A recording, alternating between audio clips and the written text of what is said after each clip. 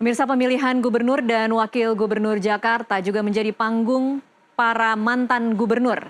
Pramono Anung Rano Karno mengklaim didukung oleh anak Abah dan Ahokers yang tidak lain merujuk pada Anies Baswedan dan Basuki Cahayapurnama. Sementara Ridwan Kamil Suswono tidak tanggung-tanggung meminta dukungan dari Joko Widodo. Sosok yang sejak 20 Oktober lalu pensiun dari Presiden dan pernah menahkodai Jakarta. Di waktu yang kian mepet ini, apakah faktor endorsement masih dapat mempengaruhi pemilih? Terlebih warga Jakarta dikenal sebagai pemilih yang rasional. Untuk membahasnya, kami telah tersambung dengan pakar politik BRIN, Lili Romli, dan peneliti SMRC, Denny Irvani. Selamat malam, Mas Denny. Selamat malam, Prof. Lili. Malam, Mbak Tasya. Tasya. Iya, terima kasih untuk waktunya bersama Malam kami juga, di Denny. NTV Prime. Iya, Malam, Prof. saya ke Mas Denny terlebih dahulu. Mas Denny, dengan melihat angka di survei terakhir, elektabilitas masing-masing paslon dan kemudian juga mempertimbangkan bagaimana performa debat terakhir kemarin, menurut Anda seberapa signifikan sebenarnya Jokowi efek di hari-hari terakhir ini? Baik, pertama kita bicarakan bagaimana kompetisi elektoral di Pilgub Jakarta mendatang ini. Dari survei terakhir yang kami lakukan memang hasilnya sangat ketat ya. Antara Pram Rano dengan RK Suswono. Sementara satu pasangan lagi Darmakun itu cukup jauh di bawah. Dan beberapa poin sangat penting sebelum kita bicara tentang efek dari tokoh-tokoh endorser. Pertama, ketatnya ini luar biasa karena Pilkada Jakarta ini kan khusus ya. Jadi untuk bisa menang dia harus 50% plus. Sementara hasil survei per 9 November itu belum menghasilkan atau mendapatkan angka di mana ada calon lebih dari 50% plus. Jadi sangat kompetitif. Yang paling tinggi pada waktu kami survei adalah pasangan Pram Rano dengan selisih keunggulan sekitar 6 poin. Tetapi elektabilitasnya masih di bawah 50%, sekitar 46. Jadi RK Suswono dalam hal ini masih bisa mengejar tentu saja kalau dia bisa menaikkan elektabilitas sementara Pram Rano menurun.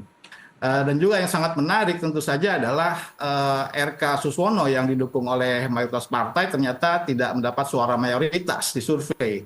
Itu berarti Pilgub itu beda dengan pemilihan legislatif dan dalam Pilgub jelas pemilih Jakarta memilih figur gitu ya.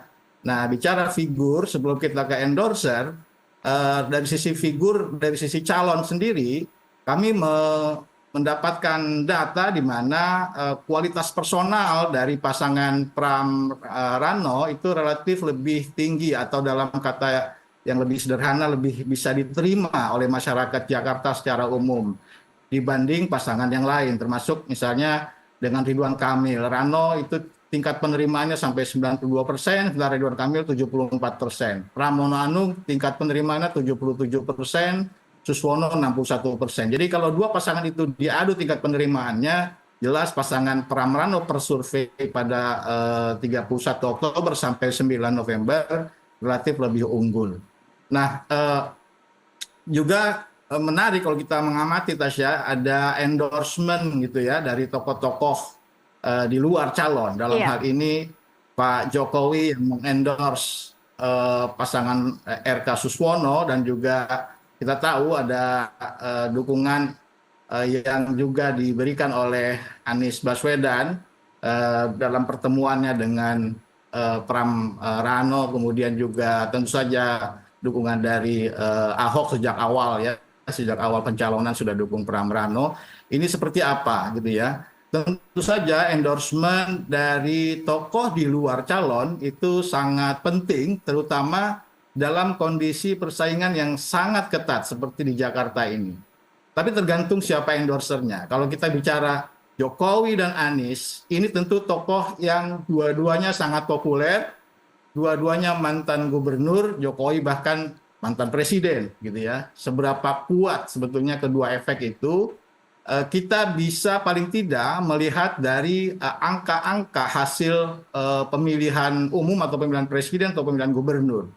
Kekuatan Jokowi menurut saya itu seimbang dengan kekuatan Anies kalau kita lihat Pilpres 2024 di mana Prabowo Gibran, kita tahu dia adalah proksi Jokowi, itu dapat suara 41% dan Anies juga 41%. Ini kan angka yang seimbang.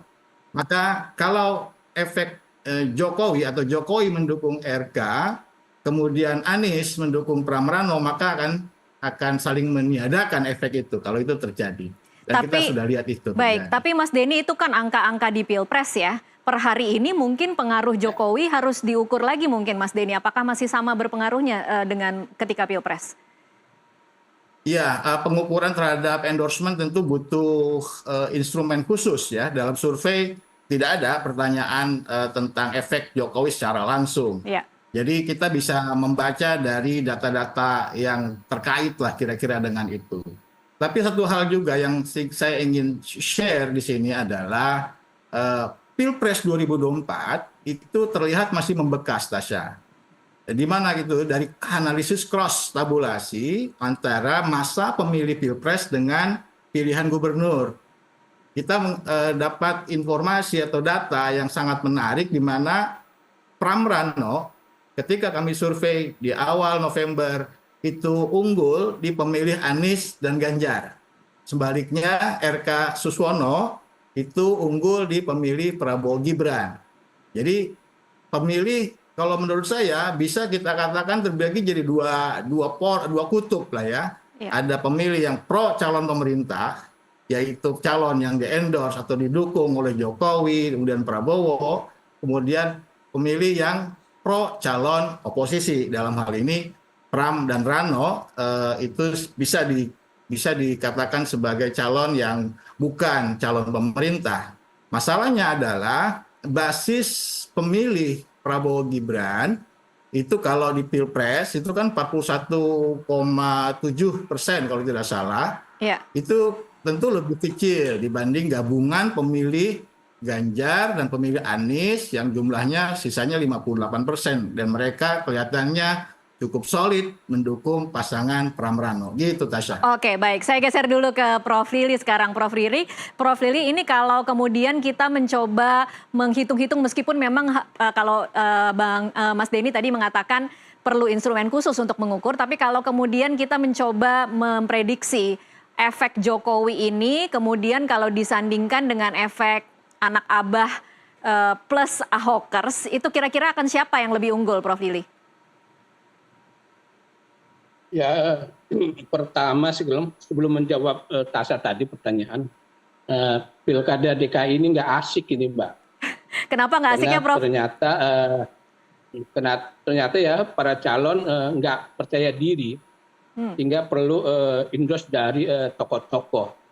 Dan mereka itu akhirnya tokoh-tokoh itu masih juga bermain politik praktis gitu, nggak membiarkan publik memberikan pilihannya di sana. Jadi ini bukan pertarungan antara kandidat satu dengan kandidat yang lainnya, tetapi pertarungan antar tokoh. Sehingga kemudian yang terjadi nanti adalah uji kesaktian atau adu kesaktian. Tokoh mana yang lebih berpengaruh dengan tokoh yang lain. Terus yang kedua adalah uji loyalitas para pendukungnya. Apakah masih mengikuti perintah dukungan dari tokoh yang dipujanya tersebut atau tidak. Tentu saja ketika loyalisnya ini membelot, ini kan kemudian menjadi juga pukulan berat atau juga menurunkan kewibawaan sang tokoh tersebut. Sudah turun gunung kemudian tidak ngefek gitu, Mbak Tasya. Iya. Nah itu yang pertama. Jadi Pilkada DKI yang saya harap adu gagasan ternyata adu dukungan. Terus yang kedua, sejauh mana itu ya tingkat pengaruh dari para tokoh ini. Kalau kita merujuk kepada survei yang dilakukan oleh Kompas, memang yang masih tinggi itu Jokowi, di mana para pendukungnya itu akan mengikuti arah dukungan Pak Jokowi terhadap kandidat tersebut. Kemudian diikuti oleh Anies dan terakhir adalah Ahok. Yang tertinggi Prabowo itu yang dilakukan oleh survei Kompas gitu. Tetapi saya kira kan tidak serta-merta kemudian pengaruh dukungan itu di hari H akan memberikan pilihan sesuai dengan arahan atau endorse dari para tokoh tersebut. Merujuk kepada tadi yang dikemukakan oleh Denny kan tingkat penerimaan publik Jakarta itu kan sangat tinggi terhadap pasangan Pram Rano dibandingkan kepada RK. Berita-berita resistensi terhadap RK Suswono sangat tinggi dibandingkan dengan berita-berita negatif terhadap Pram Rano gitu. Itu yang pertama. Terus yang kedua adalah saya kira pemilih DKI itu berbeda dengan pemilih-pemilih di provinsi yang lain. Pemilih DKI itu cenderung lebih rasional, sehingga meskipun ada endorse dari berbagai macam tokoh itu belum tentu mereka itu akan mempengaruhi. Saya kira akan sangat ditentukan program-program dan solusi yang ditawarkan oleh masing-masing kandidat itu yang lebih berpengaruh gitu loh. Baik. Prof. Lili, kalau kemudian kemarin kita mendengar ada statement atau ada wacana bahwa Jokowi akan mengajak para relawan untuk mendukung RK. Menurut Anda ini masih kuat atau masih solid tidak para relawan Jokowi untuk kemudian bisa memenangkan RK? Ya, saya kira memang bisa jadi para loyalisnya itu akan mengikuti ya, tetapi tidak akan 100% saya kira. Tidak akan 100% solid gitu. Ya tergantung para relawan-relawannya ini bagian dari pemerintahan atau dukung terhadap Prabowo atau tidak. Kalau mereka yang sudah berkeluar dari bagian relawan yang mendukung Pak Jokowi atau Pak Prabowo, tentu mereka akan memberikan dukungan kepada pasangan yang lain. Oke. Saya lihat juga kan para relawan Abah atau relawan Anies juga ya kan pecah juga. Ada sebagian mendukung Pram, sebagian juga mendukung RK Suswono gitu. Jadi memang sejauh mana efektivitas itu tergantung intensitas dan frekuensi turunnya Pak Jokowi ke DKI. Kalau hanya sekali, saya kira mungkin tidak akan memiliki pengaruh yang signifikan.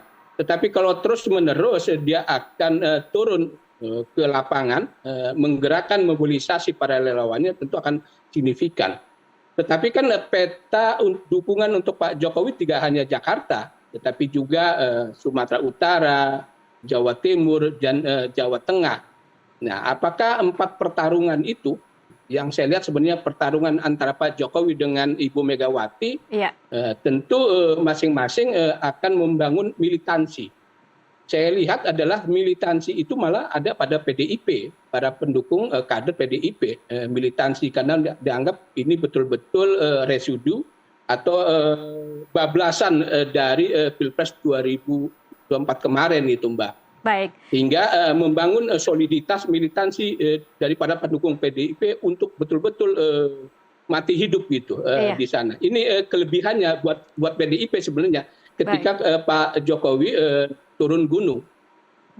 Oke, baik. Saya pindah lagi ke Mas Denny. Mas Denny, sebelum kita bahas lagi lebih jauh soal kira-kira mana yang efek endorsannya lebih unggul di Pilkada Jakarta, saya ingin sedikit menyinggung soal kira-kira apa motivasi Jokowi. Dia bukan ketua umum parpol, kemudian per hari ini tidak terkait dengan partai politik manapun. Kalau Anda membacanya, apa kira-kira motivasi Jokowi begitu rajin turun gunung untuk mendukung calon-calon yang dia inginkan?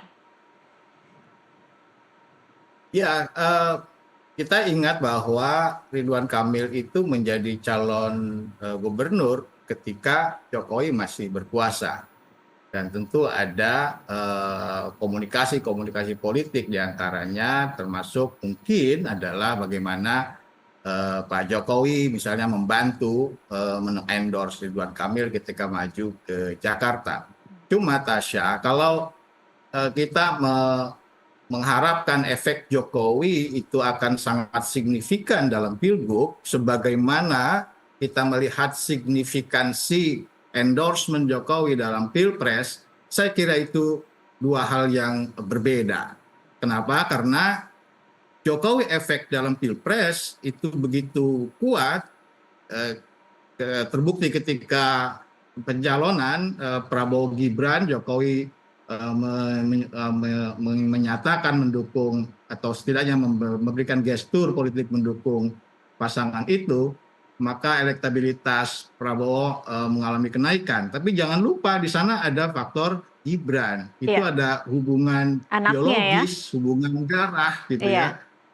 Sehingga orang dengan mudah bisa menghubungkan antara Jokowi dengan anaknya. Tapi kalau Ridwan Kamil tidak ada hubungan biologisnya.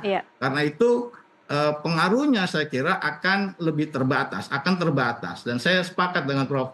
Romli bahwa pengaruh itu mungkin tidak akan terlalu besar karena pemilih Jakarta adalah pemilih yang rasional, lebih rasional. Dilihat dari tingkat pendidikan yang hampir 25% orang di Jakarta usia 17 plus adalah mereka yang berpendidikan tinggi dibanding wilayah lain di Indonesia. Tentu endorsement semacam itu tidak mudah bagi calon gubernur. Mereka akan memperhatikan bagaimana program, bagaimana tawaran-tawaran yang diberikan, itu yang lebih penting. Oke, kalau pengetahuan bahwa warga Jakarta rasional, kemudian warga Jakarta memperhatikan program kerja, tapi ini tetap dilakukan oleh paslon, kan berarti mungkin mereka berpikir masih ada pengaruhnya ya Mas Denny menggandeng beberapa tokoh yang dianggap cukup penting. Saya ingin coba mengkutip beberapa ya, mungkin tidak harus tokoh-tokoh mantan, tapi RK juga mengatakan ada Effendi Simbolon yang deklarasi ada 7.000 orang Batak mendukung RK di Pilkada Jakarta, padahal Effendi Simbolon itu adalah orang PDIP. Kemudian Anies yang kemarin memasang foto bertemu dengan Pram Rano di rumahnya, ada kata-kata menyongsong terbitnya matahari, masa depan Jakarta dengan Pram dan Rano. Kemudian dijelaskanlah ada makanan lontong sayur dan kopi dari buatan istri Anies Baswedan. Kemudian ada Jokowi yang kemarin mengatakan bahwa kenapa saya Ridwan Kamil, itu karena rekam jejak. Dan dia juga meminta para relawan untuk memenangkan RK seperti saat Pilpres. Apa kira-kira yang diharapkan oleh paslon-paslon ini ketika sebenarnya mereka mungkin juga tahu Mas Denny bahwa efek-efek dari para mantan ini tidak akan terlalu signifikan mengubah angka elektabilitas?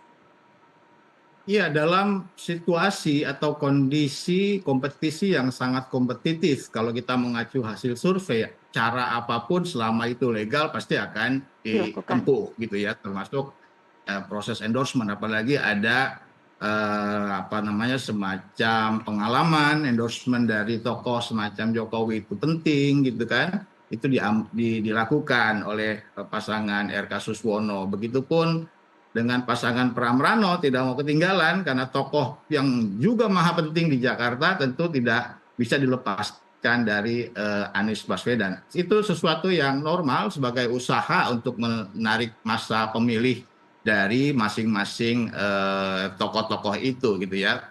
Tapi menarik juga kalau misalnya tadi ya, misalnya ada endorsement dari tokoh PDI Perjuangan beretnis Batak gitu ya untuk mendukung RK Suswono. Sebetulnya yang lebih menjadi krusial bagi RK Suswono bukan menarik massa pemilih PDI Perjuangan karena jumlahnya hanya sekitar 14% aja itu di Jakarta. Yang lebih penting bagaimana soliditas, menjaga soliditas masa partai pendukung RK Suswono yang jelas ini bocor kalau kita lihat hasil survei kan tidak unggul, padahal lebih dari 80% loh itu kalau digabungkan masa-masa pendukung RK Suswono. Jadi tidak solidnya dukungan di internal itu yang lebih menjadi kunci sebetulnya. Dan tadi ya soal kelompok etnis, tadi misalnya kelompok etnis Batak, tentu itu sangat penting. Saya punya data kalau dari sisi kelompok etnis, dukungan kepada Ridwan Kamil itu mayoritas berasal dari etnis Sunda. Ini wajar karena Kang Emil orang Sunda. Kemudian dari kelompok etnis Betawi yang unggul Pram Rano karena sidulnya gitu kan. Nah masalahnya dua etnis besar itu yang lebih besar adalah etnis Betawi di Jakarta 2 kali lipat dari etnis Sunda. Yang juga sangat menentukan nanti etnis Jawa. Nah etnis Jawa ini sekarang masih terbelah nih, masih Oke. terbelah antara Pram dan RK. Gitu, Tasya. Baik, Mas Denny, Prof. Lili ditahan dulu, nanti kita akan bahas lebih jauh soal Pilkada Jakarta, termasuk bagaimana partai-partai pendukung paslon nomor 1 yang hingga saat ini dinilai banyak pihak tidak solid mendukung paslon nomor 1. Kita akan kembali sesaat lagi.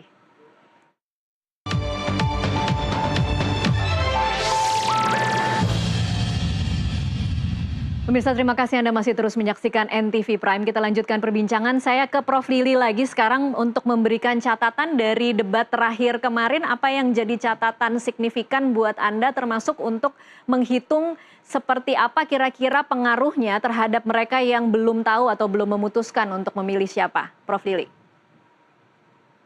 Ya, pertama sekarang debat kemarin ya cukup panas ya, saling memberikan kritik terhadap kepemimpinan masa lalunya gitu. Iya. Yang menarik adalah bahwa Dharma pun juga ikut bergabung terhadap pasangan Pram Rano gitu, menyerang RK Siswono gitu. Itu sekira menarik, sekira mereka itu sebagai penengah, tapi kemudian dari pertanyaan-pertanyaan yang menyudutkan kepada RK Siswono nampaknya ini sejalan dengan pasangan Pram Rano gitu di sana.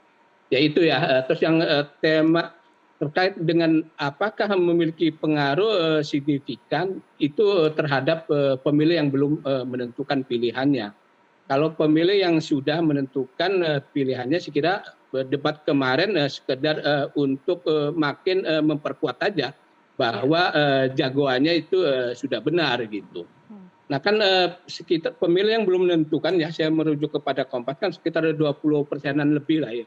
Jadi cukup banyak sebenarnya. Sehingga sejauh mana dari debat itu meyakinkan para pemilih untuk menentukan pilihan nanti di hari H. Nah, saya tentu kan mengevaluasi di sana apakah ketika kritik-kritik terhadap kepemimpinan RK di Jabar itu ikut mempengaruhi atau tidak. Memang perlu ada survei ya lebih lanjut. Tetapi kan kalau kita mengikuti survei-survei tentang debat Capres-Cawapres kemarin kan tidak memiliki pengaruh yang signifikan dampak dari debat itu.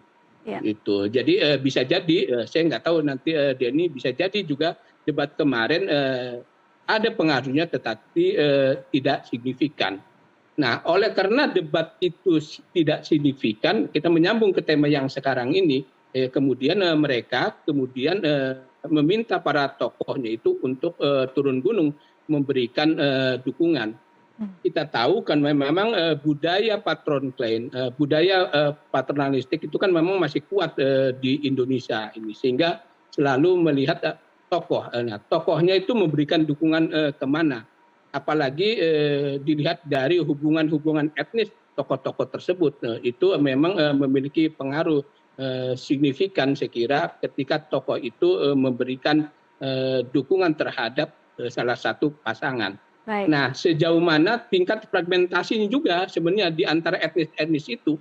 Ya kalau etnis, katakan etnis tertentu itu terfragmen, terpecah, terpolarisasi, ada yang mendukung kandidat Pram Rano dan sebagian juga mendukung kandidat RK Siswono, tentu akan pecah juga, tidak solid gitu. Jadi memang nampaknya karena tadi katakan oleh Denny bersifat kompetitif sekali dan debat itu pengaruhnya tidak signifikan, terpaksa mereka kemudian meminta dukungan para tokoh itu untuk turun gunung. Yang mestinya saya bilang DKI Jakarta sebagai kota megapolitan, para pemilihnya rasional gitu, mestinya kan yang diadu adalah figur si calon itu, apa gagasan-gagasannya yang disampaikan, bukan kemudian meminta. Berbedalah meminta dengan turun sendiri. Ini kan meminta gitu loh. Ya kalau kemudian para tokohnya turun sendiri secara sukarela memberikan dukungan, itu hal yang wajar. Tetapi kemudian para tokoh ini minta dukungan, itu yang saya kira katakan awal tadi tidak asik karena ternyata para kandidat itu tidak percaya diri. Baik. Nah, dampaknya adalah kemudian ketika mereka terpilih, maka mereka itu akan independen nggak sih gitu, dalam mengambilkan keputusan, karena ternyata ada banyak jasa terhadap Ada hutang budi ya, Prof. Lili? Yang memberikan dukungan itu hutang budi. Iya. Kita sudah contoh aja ketika hasil Pilpres ini, Mbak, kan, karena banyak hutang budi sehingga kemudian kabinet gemuk sekali, struktur kabinet begitu gemoy, banyak jabatan-jabatan baru, itu kan bagian dari balas budi. Iya. Saya nggak tahu nanti ini dalam pilkada ini, gitu loh. Baik. Di sana saya kira ini yang perlu menjadi keprihatinan buat saya sih. Oke. Keprihatinan buat saya. Baik, Iya, saya geser ke Mas Denny sekarang. Mas Denny, mungkin mulai dari catatan debat terakhir. Apa yang menjadi catatan Anda yang kemudian mungkin bisa jadi signifikan pengaruhnya terhadap mereka yang belum memutuskan? Kalau angka SMRC 9,8% ya Mas Denny ya, yang belum tahu? Ya, itu yang undecided. Tapi kalau ditambah dengan yang swing, jadi sudah milih calon tapi masih swing, itu cukup besar, Tasya. Berapa? Jumlahnya 36%. Oke, besar ya. 36% itu swing dan undecided. Jadi masih besar, masih dinamis lah saya kira. Dan untuk debat, kami mengukur debat yang sebelumnya itu kita tanya orang apakah nonton debat atau tidak. Yang nonton itu sekitar sepertiga aja, nggak semua orang nonton. Dan saya setuju dengan Prof. Lili bahwa debat itu efeknya nggak terlalu kuat kalau dilihat kami punya data nih kenapa milih calon itu gitu ya, yang mengatakan penampilan debatnya paling meyakinkan itu hanya 1,4%. Jadi sia-sia ya KPU.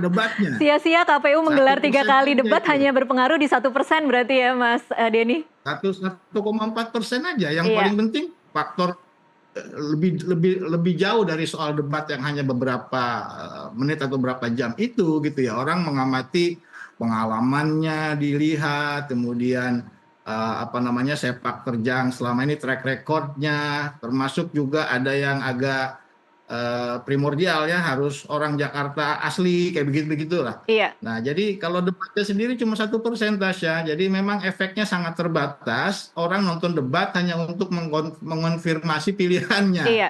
Dia udah dukung A, kemudian calon itu dinilai wah bagus nih gitu ya, sesuai dengan apa yang dia perkirakan kira-kira gitu. Jadi agak bias menilai performa debat di tingkat pemilih. Baik, Mas Denny, untuk angka 36% swing voters dan undecided itu apa yang mungkin Anda bisa jelaskan dari angka ini? Mengapa mereka belum yakin dan mengapa mereka belum tahu mau memutuskan siapa?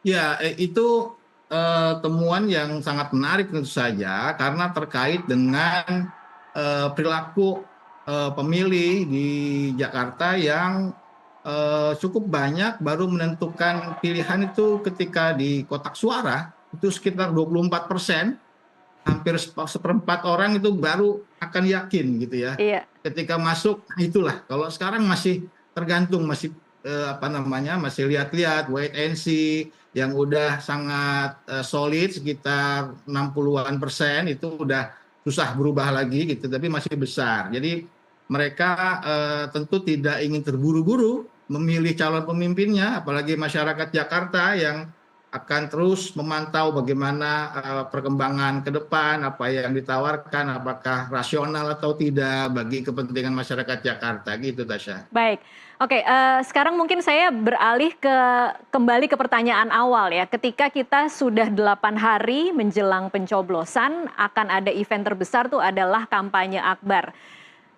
Agak sedikit kemudian berspekulasi ya Mas Denny dan Prof. Lili. Ketika nanti di kampanye akbar misalkan Jokowi turun untuk RK, kemudian Anies dan Ahok bisa ada di kampanye akbar Pramrano, atau bahkan mungkin kita bisa berharap Mega juga turun gunung di hari itu. Kira-kira siapa yang kemudian akan bisa membuat pengaruh lebih besar dan lebih signifikan untuk merebut suara-suara yang masih swing voters itu? Mas Denny dulu mungkin. Oke, pertama saya ingin mengatakan bahwa Jakarta itu bukan wilayah yang mudah bagi Jokowi. Apa buktinya? Buktinya suara Prabowo Gibran sebagai proksi Jokowi hanya 41% di Jakarta, jauh di bawah suara pasangan itu di tingkat nasional 58,6% kan. Ya. Dan itu Jakarta merupakan provinsi terendah ketiga untuk suara Prabowo Gibran, dalam arti dia adalah proksi Jokowi. Setelah Aceh kalah, Sumbar, kemudian Jakarta. Jadi ini bukan wilayah yang mudah bagi Jokowi untuk bisa memenangkan tanda kutip pilgub mendatang, gitu ya. Saya kira kalau dibandingkan dengan Anies, Jokowi itu kurang lebih seimbang lah, gitu ya.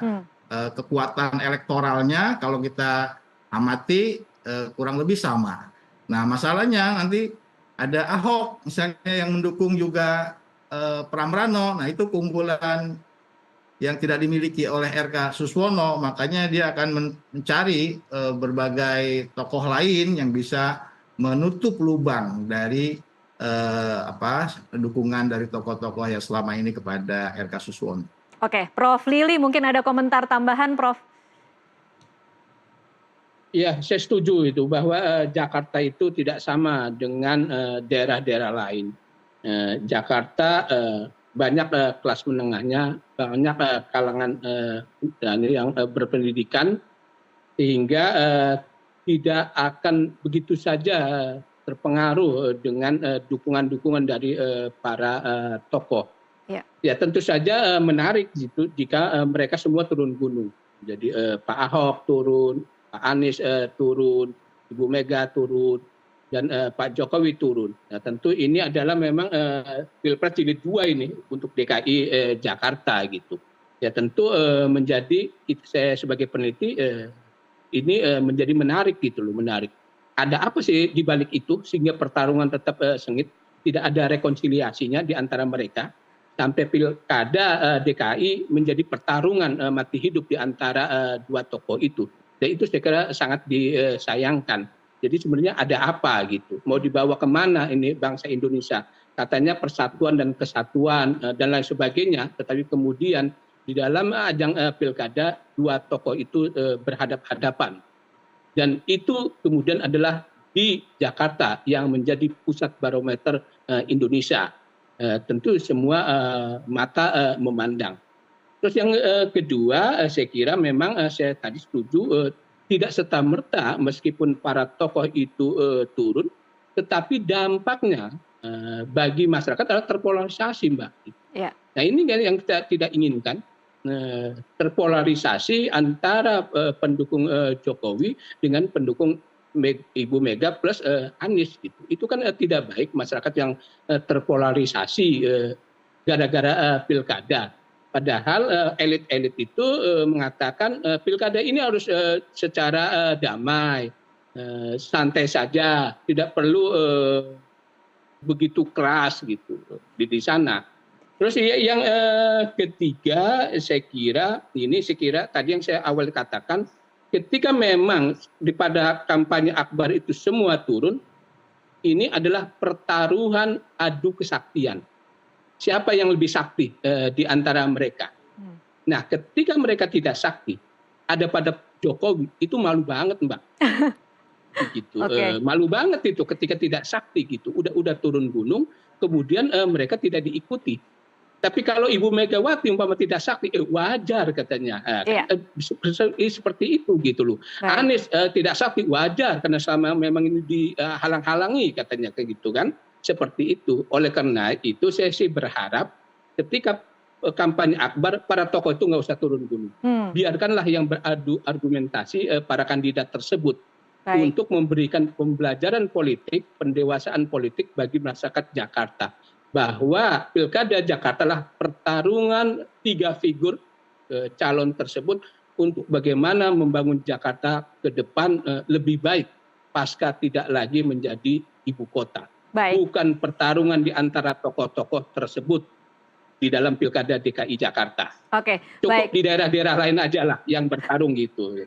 Oke, baik, Prof. Lili, menarik sekali uji kesaktian dan uji loyalitas. Jadi mungkin bisa diartikan ketika nanti kita tahu hasil quick count di 27 November, kita bisa tahu apakah efek Jokowi itu masih ada atau tidak ketika kita melihat angka-angka di hari itu. Kita akan bahas lebih lanjut lagi nanti soal bagaimana melihat Pilkada Jakarta dan hubungannya dengan kontestasi di 2029 nanti. Pemirsa, tetaplah bersama NTV Prime.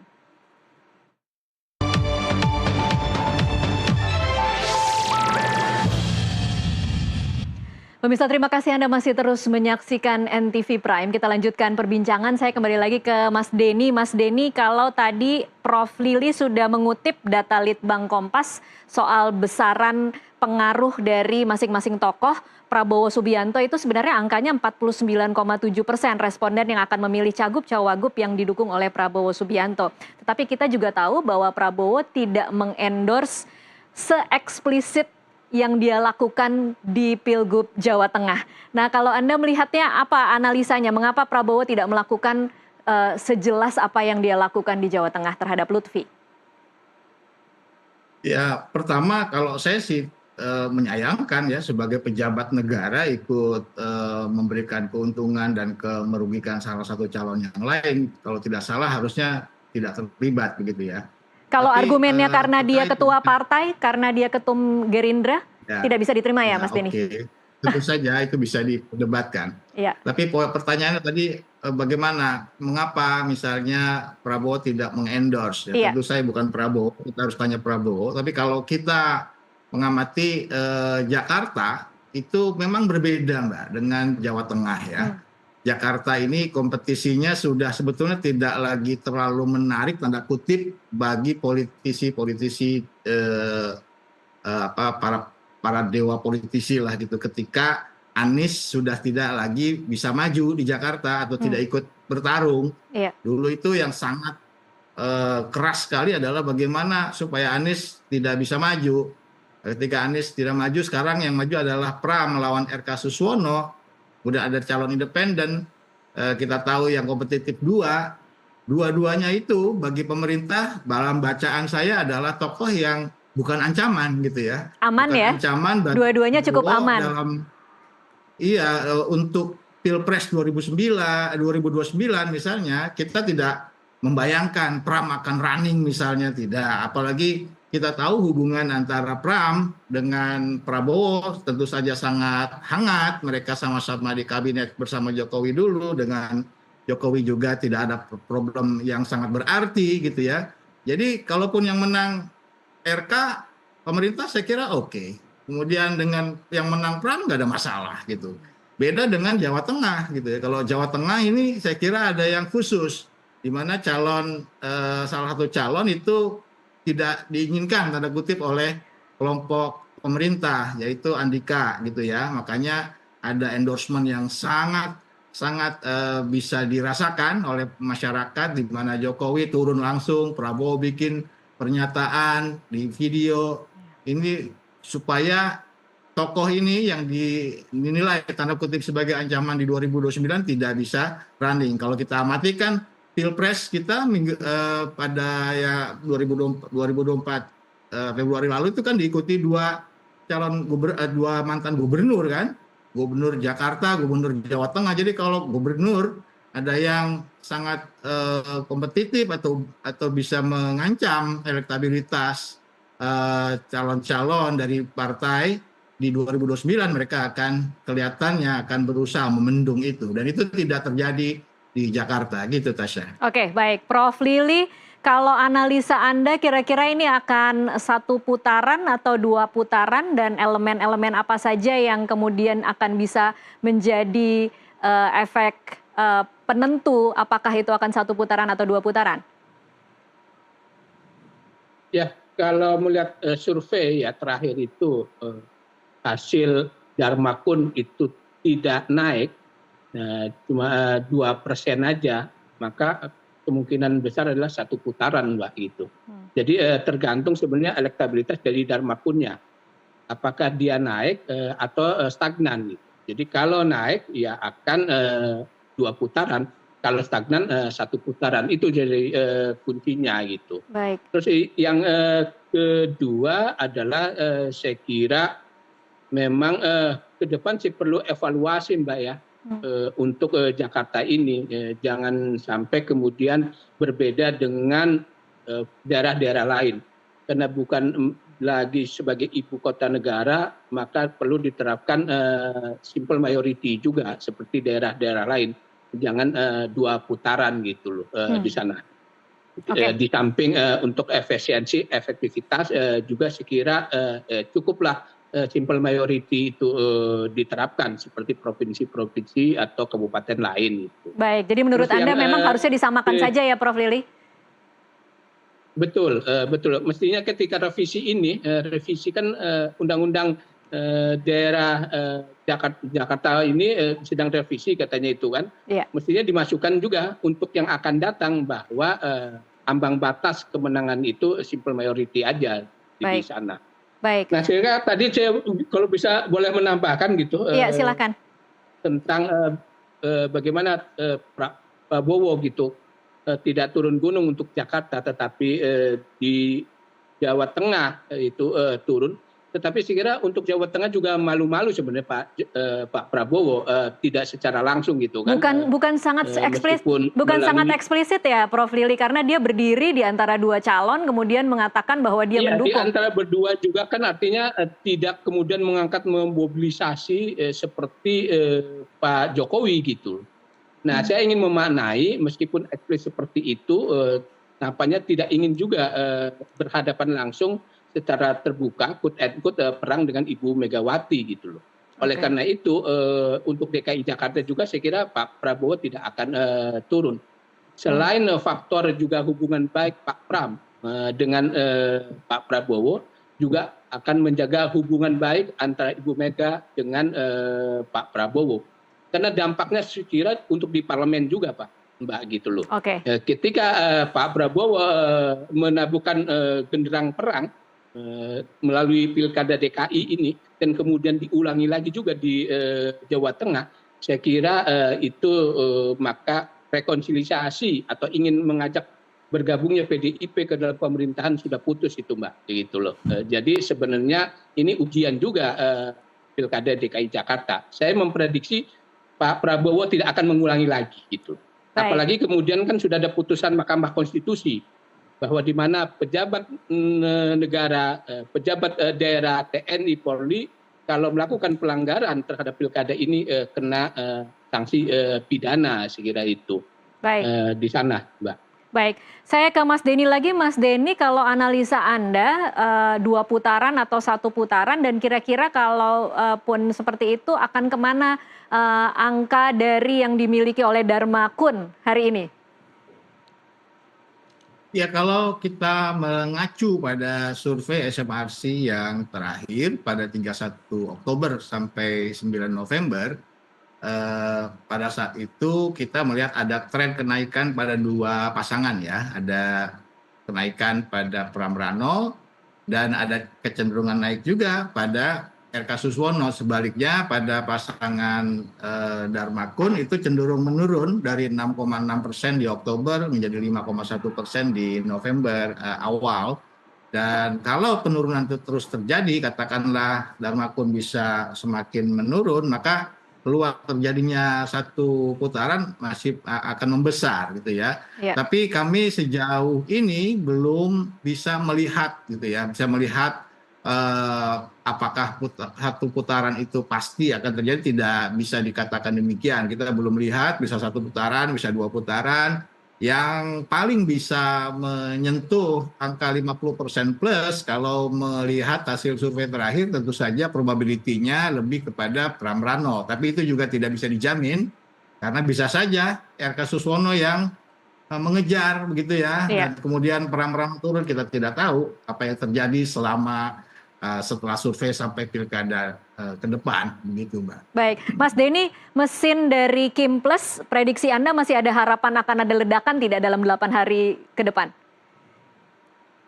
Iya, saya kira mereka pasti sedang berhitung ulang, kemudian mengevaluasi begitu ya, di mana terlihat sekali, tidak perlu ada data yang sangat spesifik juga udah kelihatan gitu ya. Dari total elektabilitas kita sudah bisa menduga tidak solidnya dukungan dari partai-partai Kim Plus ke RK Suswono, yang kalau bacaan kami yang paling solid ya masa pemilih PKS, mungkin itu yang itu wajar gitu ya, karena ada Pak Suswono. Kemudian Golkar juga cukup solid, sementara partai-partai yang lain itu cenderung terbelah gitu ya. Iya. Termasuk pemilih PKB itu juga terbelah kepada Pram Rano, apalagi mungkin kalau nanti Anies dukung pasangan itu, pemilih yang dulu PKB dukung pasangan Anies Muhaimin juga banyak di Jakarta, bisa jadi akan terpengaruh. Jadi saya kira mereka akan mengevaluasi dan sangat mungkin endorsement dari tokoh semacam Jokowi itu bukan terjadi efeknya secara direct, tapi efeknya secara indirect gitu ya, mesolidkan, mengkonsolidasi dukungan dari partai-partai pengusung Kim Plus, hingga mereka bisa bekerja lebih efektif dalam 1 minggu ke depan. Baik, ini pertanyaan penutup untuk dua narasumber pada hari ini. 8 hari lagi kita akan mencoblos. Apa yang kira-kira perlu diantisipasi oleh masing-masing paslon menghadapi hari pencoblosan? Mas Denny dulu mungkin. Singkat saja, Mas. Tadi agak keputus, Mbak. Pertanyaannya apa? 8 hari lagi pencoblosan, apa yang perlu diantisipasi oleh masing-masing paslon? Ya, tentu kita masing-masing paslon tentu kita harapkan bisa bersaing secara fair, tidak melakukan pelanggaran pemilu, tidak melakukan misalnya politik uang yang akan mencederai proses demokrasi kita. Kita berharap tidak ada gangguan semacam itu untuk membuat pelaksanaan pemilihan gubernur di Jakarta berlangsung secara bebas, jujur, dan adil. Saya kira itu aja pesan kita kepada masing-masing calon. Baik, Prof. Lili. Ya, sisa waktu yang seminggu lagi ini saya berharap sih memang masing-masing calon itu pasangan memanfaatkan waktu untuk betul-betul memberikan pendidikan politik ya kepada masyarakat warga Jakarta, bahwa pilkada ini akan berjalan fair, gentleman, tidak ada mobilisasi aparatur dan politik uang. Itu penting. Ya. Karena kalau legasinya buruk Jakarta ini, maka akan diikuti oleh daerah-daerah lain. Jakarta sebagai barometer harus menunjukkan pilkada yang demokratis, yang fair, yang jujur gitu. Tidak ada lagi permainan-permainan di balik itu untuk memenangkan calonnya masing-masing itu. Baik. Harapan situ. Terus yang kedua, warga Jakarta sekira ini hari pilkada nanti, hari H merupakan hari penentuan untuk Jakarta ke depan. Ya. Bahwa kemana Jakarta ke depan ini. Oleh karena itu tentukanlah pilihan sesuai dengan hati nuraninya. Ya. Bukan berdasarkan kepada pertimbangan-pertimbangan lain. Baik. Tapi terhadap program visi misi yang ditawarkan oleh masing-masing calon tersebut. Iya, jangan sampai golput ya Prof. Lili. Betul itu. Iya. Itu yang penting adalah. Baik, terima kasih Prof. Lili Romli, pakar politik dari BRIN, dan juga Mas Sama-sama. Denny Irvani, Ya. peneliti SMRC, untuk waktunya bersama kami di NTV Prime. Terima kasih, Tasya, Prof. Dan pemirsa, diskusi tadi sekaligus menutup jumpa kita dalam NTV Prime kali ini. Mewakili seluruh kerabat kerja yang bertugas, saya Tasya Lutmila undur diri. Terima kasih atas perhatian Anda dan sampai jumpa.